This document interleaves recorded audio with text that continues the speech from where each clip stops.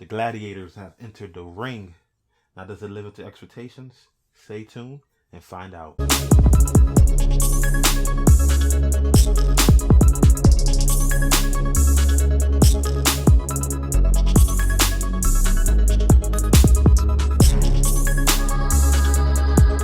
Yes, sir. Welcome to the channel, ladies and gentlemen. The long-awaited Godzilla vs. King Kong has arrived. And let's just get straight to the point. Godzilla vs. Kong delivers on everything it promises. But hold on. Let me chill. I'm getting a little ahead of myself. Let me hit you with the synopsis first. And the synopsis reads, the epic next chapter in the cinematic monsterverse pits two of the greatest icons in motion picture history against one another. The fearsome Godzilla and the mighty King Kong, with humanity caught in the balance. The initial confrontation between the two titans is only the beginning of the mystery that lies deep within the core of the planet. Man, I dare somebody to tell me that doesn't sound fire. So, let me give you a quick rundown how I do my movie reviews. But this one's going to be a little different because usually I go with the good then bad. But I'm going to switch it up this time. I'm going to start off with the bad, then I'm going to get to the good. And instead of doing my typical standout performances, I'm just going to let you know which out of the two, King Kong and Godzilla, I prefer or like the best in this film. And I'm going to try to be as unbiased as possible. Pinky swear. And then at the end, I'm going to give you my score and grade for this film. And with that being said, let's get straight to the bad. And it's the exact same thing that played Godzilla King of Monsters. Almost to a T. The damn humans. Jesus. Like, at this point, I really don't understand the thinking of these writers when they get into these writing rooms and stuff and they come up with a story. Like, the first 40 minutes, I think maybe 5 minutes or so was spent on Godzilla or King Kong, and the rest was spent on the human characters. Like, it's the same issue that plagues the Transformers franchise to me. Okay, maybe the Transformers franchise is a lot more than just, the human characters, that's the issue. But, it's a big part. Like, to be honest, I don't really care about Sim Witwicky or whatever Mark Wahlberg's character was. Like, just give me more Transformers and I'll be satisfied. Like the opening on Bumblebee when they're at Cybertron. Like, if you could have gave me a whole movie like that, I would have been beyond satisfied. But that's enough of Transformers. I digress. So back to Godzilla vs. King Kong. Like, these human characters really weighed down this film for me. And no, I'm not saying like there shouldn't have been any human characters at all. It doesn't really make sense. It's a necessity. But make me care for them. Like, make me care for their arcs. Like, to me, none of these characters had any redeeming qualities. Maybe the little girl that you saw that has this connection with King Kong, she's the closest thing to being a decent character human-wise in this film. Everybody else was just a complete waste. These characters were written very, very surface level. They had all the cliche, typical tropes that you would expect. Like, for example, you had your rich, pompous a-hole. You had your conspiracy theorists. You had the, mad scientists. They were all there, so on and so on. And, it hindered the film to me, I can't lie. But enough with the human characters. By now, I think you get the point. Now, as far as story goes, it was what it was. I mean, like, you're not coming into a film called Godzilla vs. Kong expecting like a Shawshank or Schindler's List. You got exactly what you're expecting. Godzilla vs. King Kong. So me, I didn't have a real issue with the story as far as how it was formatted. But the one issue I kind of did have, this film was clocked at an hour and 53 minutes.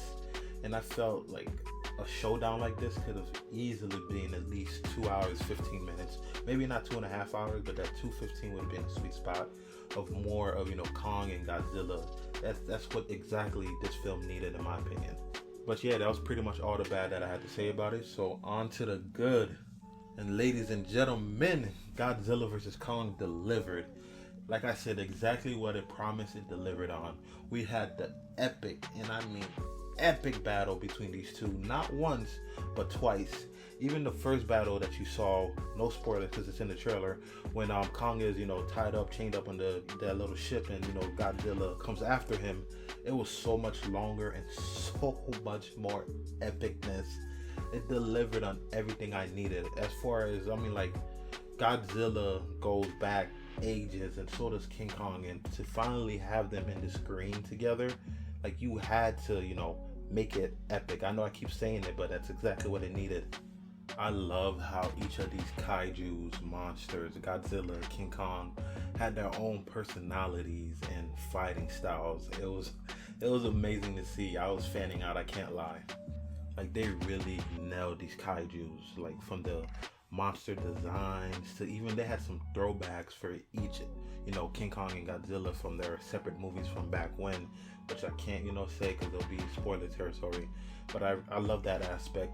And man, was this a gorgeous film, especially like we saw in the trailers when they get into Tokyo, like how it's lit. It's a dark scene and all these different colors coming in. Beautiful job, jeez. But at first I wasn't a big fan of the music choices because some of the music did not fit for me. I cannot lie. I got so much Batman versus Superman vibes watching these two go at it. It felt like I was watching Batman and Superman once again. Like, you can't tell me Adam Wingard was not inspired by Zack's Batman vs. Superman film, because I saw a lot of it in here, and I love seeing it. And if you're wondering about the final battle, because we know there had to be a final battle, we were kind of expecting what it would be. I think they handled it extremely well, a lot better than I thought they would. But I'll just leave it at that, just in case you don't know what I'm talking about. I gotta be extremely vague so I don't spoil anything for you. But yes, they did a great job handling that final battle. And those were some of the things that I loved watching this film. So now let's get to my standout performance. But this one's gonna be a little different. Like I said, I'm gonna tell you which character stood out more for me. And believe it or not, it was King Kong. I told you I'd try to be unbiased as possible. Yes, I am Team Godzilla all the way. Even after watching this film, it's still Team Godzilla. But I can't lie and say they didn't handle King Kong extremely well. And to be honest, this film was a King Kong film. It was primarily more King Kong's story than it was Godzilla. Yes, Godzilla was mixed into this, but everything that was, evolved around the film was primarily focused on and had to do with King Kong. And I thought his handling and how they dealt with him, fantastic. And even how they dealt with that aspect of the little girl having a connection with King Kong, which coming into this I thought was going to be extremely corny and cheesy. And they handled that good as well. So like I said, King Kong was the standout character for me, and it's primarily because he was the main focus in my opinion. So yeah, great job on that. Turning a Team Godzilla dude into, being impressed with King Kong. But don't get it twisted, Team Godzilla all day, every day. And now it's time for me to give my score and grade for Godzilla vs. Kong. And it earns, ladies and gentlemen, drum roll please, it earns an 8.2 score and a B- grade. And I take this as a win. An 8.2 score is a very, very respectable grade in my opinion. B-, nothing to be, ashamed about.